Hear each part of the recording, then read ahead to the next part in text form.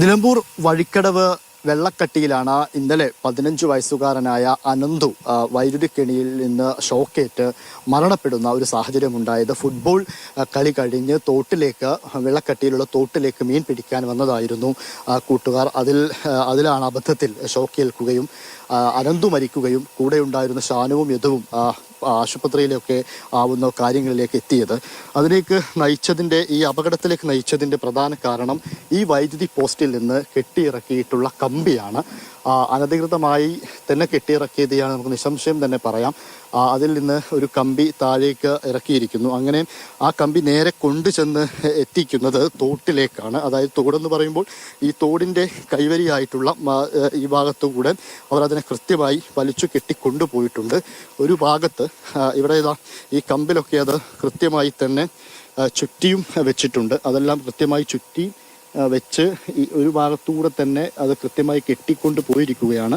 അതിൻ്റെ അറ്റഭാഗം കൊണ്ട് ചെന്നെത്തിച്ചിരിക്കുന്നത് ഈ നേരത്തെ അപകടം ഉണ്ടായ സ്ഥലം എന്ന് നമ്മൾ ദൃശ്യങ്ങളിൽ കാണിച്ച അവിടേക്കാണ് അതിൻ്റെ കമ്പിയുടെ അറ്റഭാഗം അവസാന ഭാഗം എത്തിച്ചിരിക്കുന്നത്. അത് തോടിൻ്റെ തന്നെ കുറുകയായിട്ട് അവർ അതിനെ വെച്ചിട്ടുമുണ്ട്.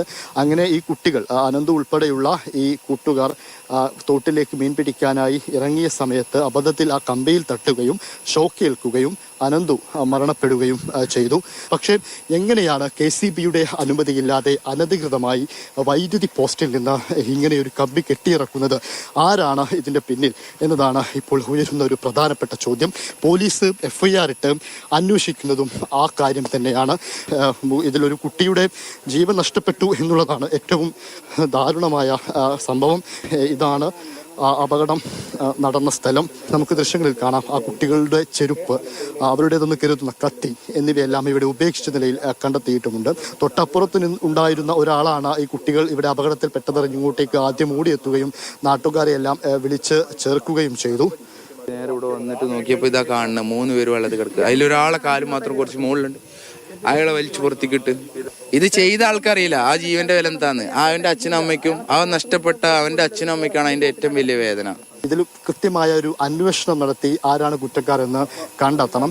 വന്യമൃഗശല്യം അടക്കമുള്ള സംഗതികൾ ഇവിടെ ഉണ്ടാകുമ്പോൾ നാട്ടുകാരിൽ പലരും ഇങ്ങനെ ഇത്തരത്തിലുള്ള കെണികളൊക്കെ ഒരുക്കാറുണ്ട് എന്ന ഒരു ആരോപണവും ഒരു ഭാഗത്ത് നിലനിൽക്കുന്നുണ്ട്. എന്തായാലും എന്താണ് സംഭവിച്ചത് എന്ന കാര്യത്തിൽ ഒരു കൃത്യമായ അന്വേഷണം നടത്തുകയാണ് വേണ്ടത്. ഷുജിൻ നരിപ്പറ്റയ്ക്കൊപ്പം ഇംതിയാസ് കരീം, മാതൃഭൂമി ന്യൂസ്, നിലമ്പൂർ.